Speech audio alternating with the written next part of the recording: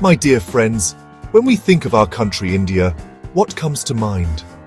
I see a land of incredible diversity, a place where history breathes through ancient stones and futures are built in bustling cities. We have given the world so much. We gave the world the concept of zero, without which modern science and technology would be impossible. Our minds have reached for the stars, sending missions to the moon and Mars, making every Indian's heart swell with pride. We are a nation of stories, of vibrant festivals that paint our streets with color and joy, and of food that tells the tale of our many cultures in a single bite. This is the India we love, the India we celebrate. Our achievements are not just in science or history, they are in our people. We are a nation of over 1 billion hearts, each with its own dreams and aspirations. We have produced thinkers, artists, leaders, and innovators who have changed the world. Think of the compassion in Mother Teresa's work, the wisdom in Swami Vivekananda's words, or the genius of Srinivasa Ramanujan's mathematics. Our family values, our deep-rooted sense of community, and our ability to find joy in the smallest of things are qualities admired across the globe. We have faced immense challenges and have always emerged stronger, more resilient. This spirit is our greatest strength, a testament to our enduring character. Look at our culture, a beautiful mosaic of traditions, languages, and beliefs. From the snow-capped Himalayas in the north to the sun-drenched beaches of the south, every corner of our country has a unique story to tell. We have created architectural marvels like the Taj Mahal, a symbol of eternal love that draws people from all over the world. Our music, our dance, our cinema, they all speak a universal language of emotion that connects with people everywhere. This is our heritage, a priceless treasure handed down to us through generations. It is a legacy of beauty, knowledge, and profound humanism. So, we have every reason to be proud. We are a great nation with a rich past and a promising future. We have the intelligence, the skill, and the heart to achieve anything we set our minds to.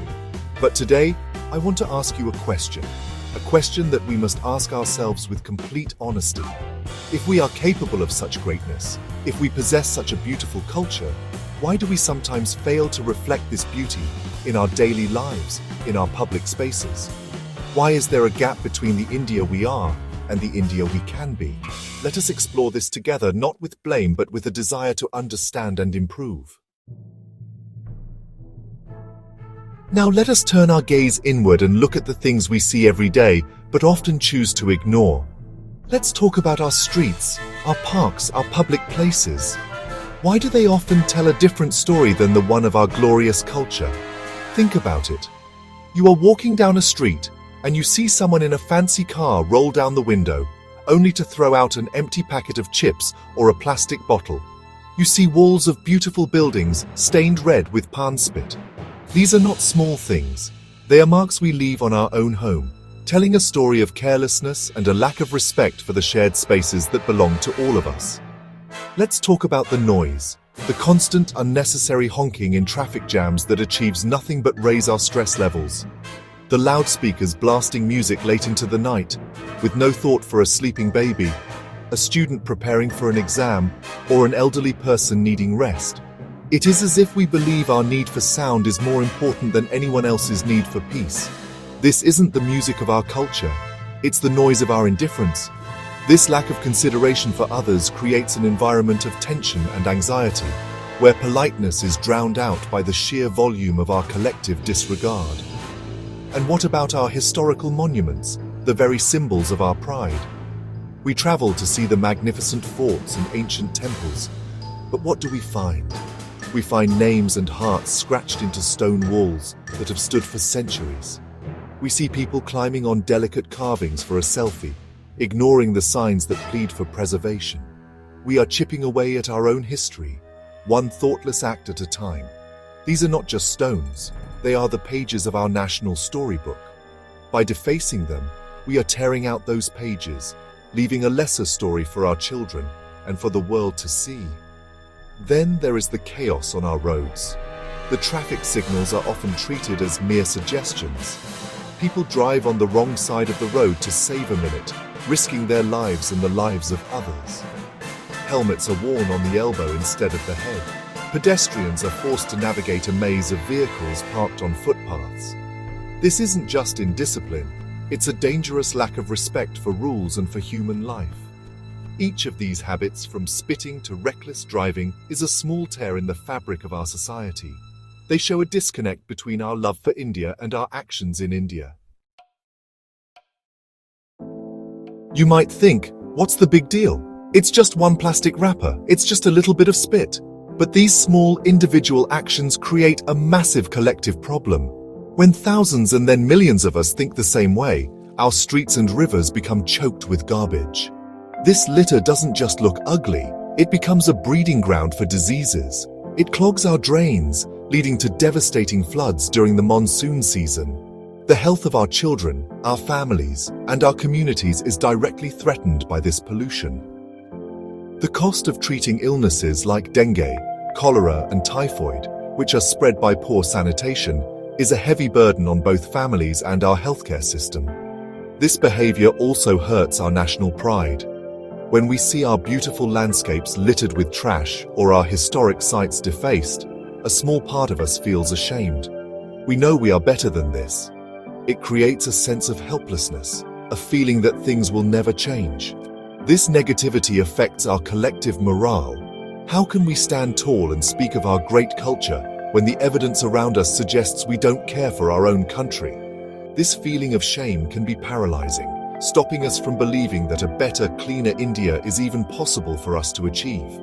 Furthermore, let's consider the image we project to the rest of the world. India is a top destination for tourists who come to experience our culture, history, and natural beauty.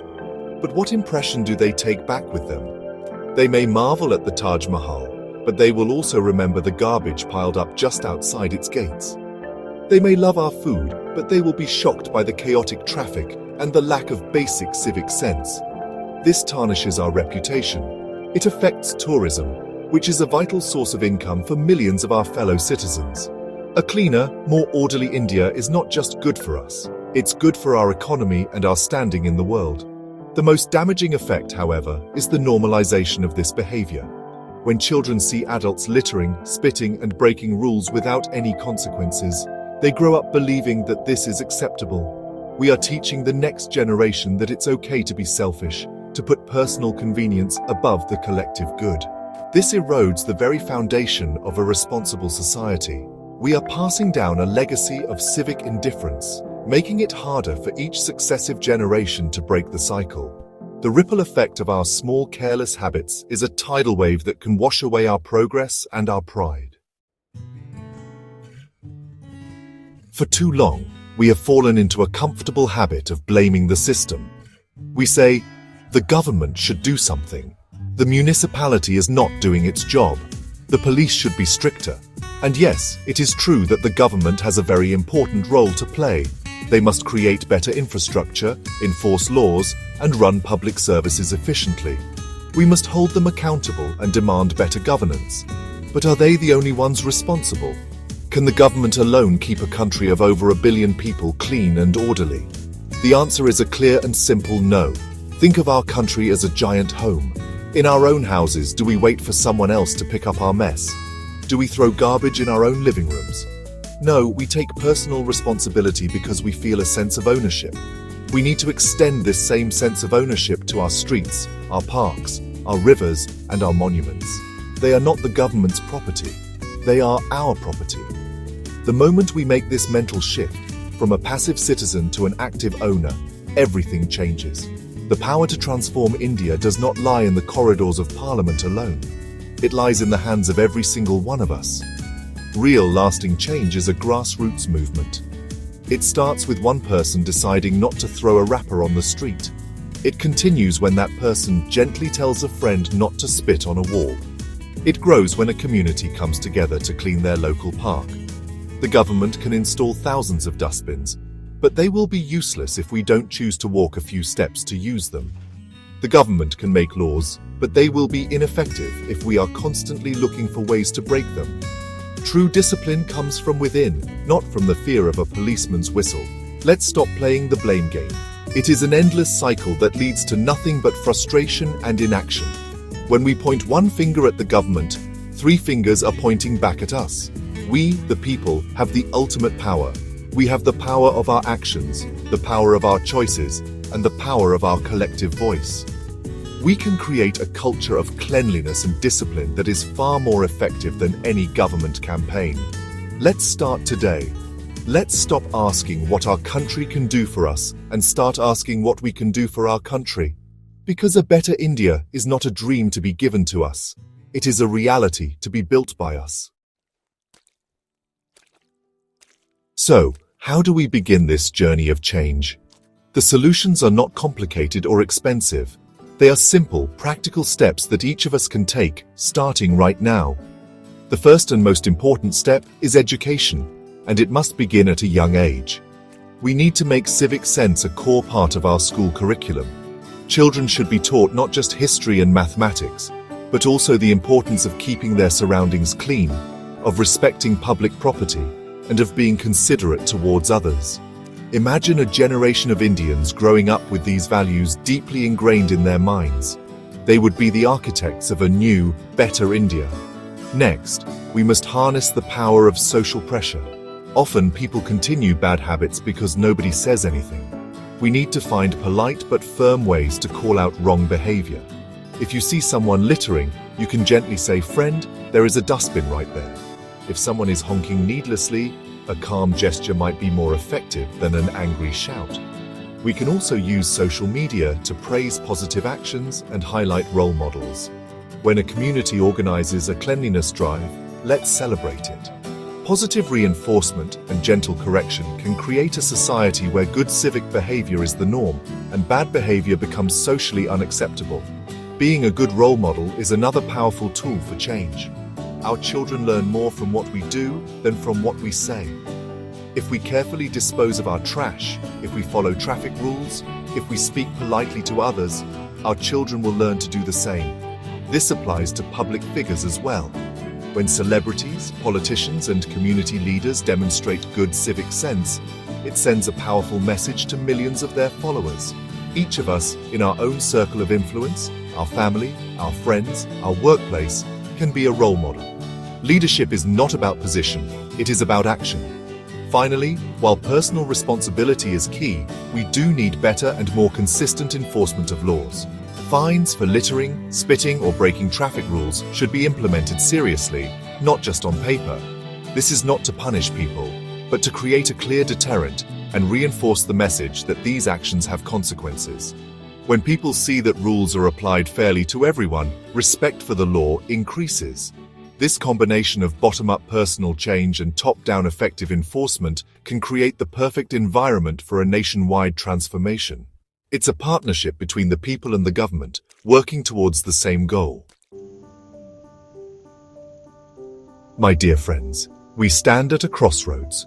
We have celebrated our strengths, and we have honestly looked at our weaknesses. The path forward is clear. It does not require a revolution, it requires a resolution. A personal resolution made by you, by me, by every single Indian. A promise that we will treat our country with the same love and respect that we show to our own homes. A promise that we will not be silent spectators to carelessness, but active participants in the mission for a better India. This is not about one day of cleaning. This is about a lifetime of caring. Let us imagine the India we can build together. Imagine clean, green cities where children can play safely. Imagine quiet, orderly streets where people are patient and respectful. Imagine our rivers flowing clean and pure, and our ancient monuments standing proud, untouched by vandalism. Imagine a country where tourists return home not just with pictures of our palaces, but with stories of our people's kindness and civic pride. This is not a distant fantasy.